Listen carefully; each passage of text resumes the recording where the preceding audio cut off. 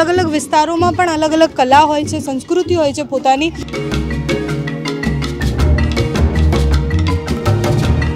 તો આજે જે દેવના ઘોડો કહેવાય છે એ પ્રોટેક્ટર તરીકે કામ કરે છે, બરાબર છે. તો અમે એવું વિચાર્યું કે આટલા નાની સાઇઝમાં ઘોડા વેચાતા હોય છે કુંભાર માટેના, અમે વિચાર્યું કે પેઇન્ટિંગ છે તો એના થ્રુ અમે કંઈક મોટું કરીએ કામ. અને જે આ બાજુમાં છે આ વીછી માછલી, આ જે સાપ છે એની આગળ જે એ છૂંદણા છે જે પહેલાંના જમાનાના અમારા દાદા દાદી લોકો દોરાવતા હતા, હવે એ વસ્તુ લુપ્ત થઈ ગઈ છે. તો અમે એવું કંઈક ટ્રાય કરીએ છીએ કે અમારી સંસ્કૃતિ પાછળથી લોકો એકદમ જે ઓલ્ડ છે એ વસ્તુ નિહાળે લોકો.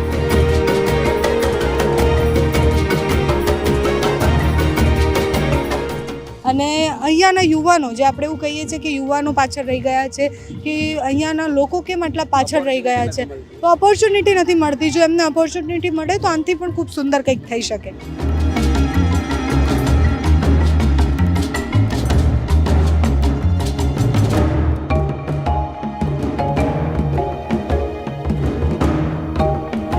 નમસ્કાર, ગેરના મેળામાં હું આવી છું અને ખૂબ સુંદર દ્રશ્યો અહીંયાના જોયા છે. અહીંયાના લોકો, જે સંસ્કૃતિ છે, કલા છે, આદિવાસીઓએ પોતાની કલા અને સંસ્કૃતિ ખૂબ જાળવી રાખી છે.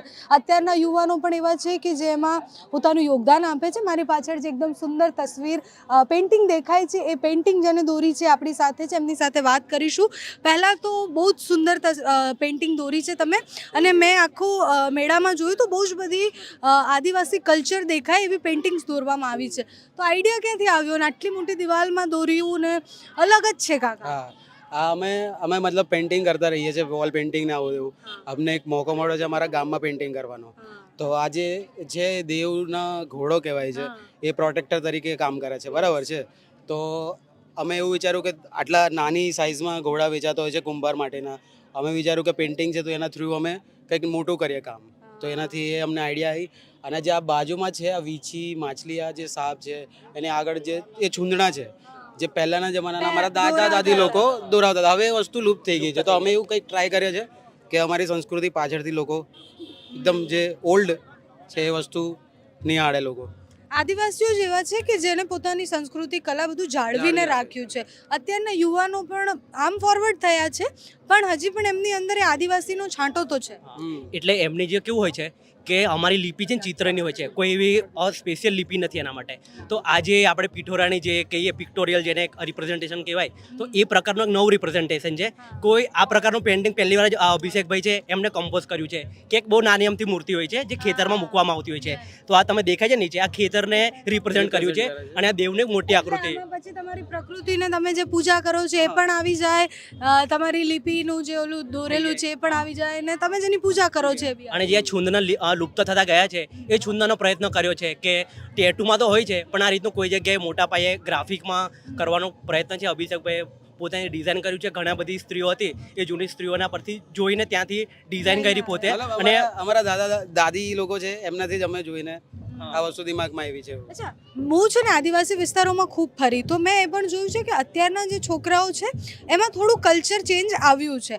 એટલે પહેલાં જે મ્યુઝિક, અત્યારે બી આપણી પાછળ જે મ્યુઝિક વાગે છે એ બધું લગ્નોમાં ઓછું થઈ ગયું, ડીજે વધારે આવી ગયા, ગીતોમાં પણ સ્પેસિફાઈ થઈ ગયા કે અમુક ગીતો જે આદિવાસી ટ્યુન પર છે એ વાગતા હોય છે.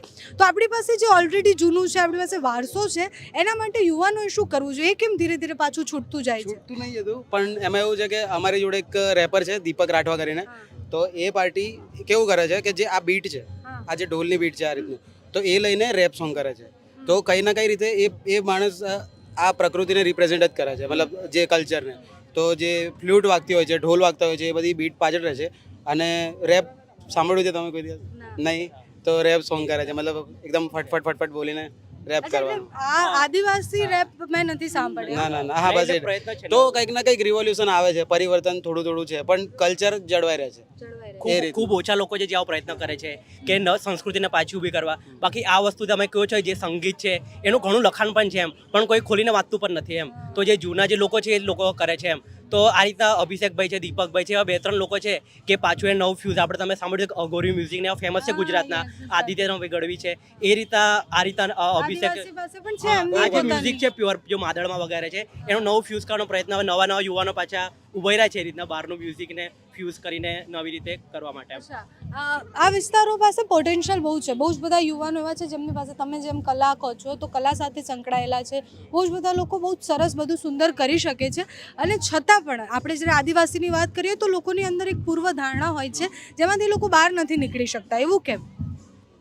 એ અંગે તો એવું કહીએ ને કે પહેલાં તો એક તો મોકો નથી મળતો કે અભિષેકભાઈ MS-માંથી ફાઇન આર્ટ્સ કર્યું બરાબર, પણ આ જગ્યાએ પહેલી વાર કામ મળ્યું છે આ રીતનું, કદાચ સરકારથી પણ આ વખતે પહેલી વાર કામ મળ્યું કે ગીરના મેળામાં કામ કરો, એટલે જે મોકો મળવો જોઈએ કે અભિષેકભાઈ આપણે જે બિહારનું નેશનલ મ્યુઝિયમ ત્યાં જ બન્યું છે બૌદ્ધ ભગવાનનું, ત્યાં કામ કર્યું પણ ત્યાં પણ કર્યું પણ ગુજરાતમાં કોઈ કામ નથી મળતું, સમજીએ આ રીતનું. અને એક વસ્તુ કે અમે એક સ્પેશિયલ થેન્ક યુ કહીએ છીએ અનિલ દામલિયા સરને કે એમના લીધે પહેલી વાર ગીરમાં કામ પહેલાના જે મળ્યું છે. અમારા કલેક્ટર હતા છોટાઉદેપુરના, તો એમના લીધે અમને કામ મળ્યું છે ને અમારું પોર્ટફોલિયો જોઈને અમને એકદમ ફ્રીડમ આપી છે કે તમે તમારી રીતે કામ કરો, જે રીતે કરો. અને એના લીધે આ વસ્તુ અમે આજે કરી આ જે જોઈ છે. એલિમેન્ટ્સ બધા છે એ આદિવાસીના અલગ અલગ એલિમેન્ટ્સ છે. હા, તો એમને મુક્ત થયેલા હતા એટલે આ તો હજી શરૂઆત જ છે, પેલું ફર્સ્ટ ટાઈમ જ છે આ રીતનું કે નવું પેઇન્ટિંગ. આવું ઘણું બધું છે કરવા લાયક કે નાની નાની વસ્તુઓ જોઈએ ને તે લાવવા માટેની, એટલે એ રીતનું ક્રિએટિવિટીને એક મોકો મળવાનો જોઈએ એ મળતો નથી, એટલે મળ્યો છે આ વખતે, જેથી આ તમારી સમક્ષ આ છે. ચલો તમે જઈએ પછી. જી હા. આકાશ આમ તો બહુ જ મોટું છે, જ્યાં પણ પથ્થર નાખો કંઈક તો નીકળશે જ. એટલે એવી રીતના અલગ અલગ વિસ્તારોમાં પણ અલગ અલગ કલા હોય છે, સંસ્કૃતિ હોય છે પોતાની. બસ ખાલી એને થોડુંક પુશ કરવાની જરૂર છે. આપણે જો એક હાથ વધારીશું તો એ લોકો પાસે બહુ જ સુંદર કલા છે, બહુ જ સુંદર લિપિઓ છે, બધું બહુ જ સુંદર છે અહીંયા વિસ્તાર પાસે. જો આપણે હાથ લાંબો કરીશું તો બહુ બધું આપણે પણ એ પામી શકીશું. અને અહીંયાના યુવાનો, જે આપણે એવું કહીએ છીએ કે યુવાનો પાછળ રહી ગયા છે કે અહીંયાના લોકો કેમ આટલા પાછળ રહી ગયા છે, તો ઓપોર્ચ્યુનિટી નથી મળતી. જો એમને ઓપોર્ચ્યુનિટી મળે તો આનાથી પણ ખૂબ સુંદર કંઈક થઈ શકે.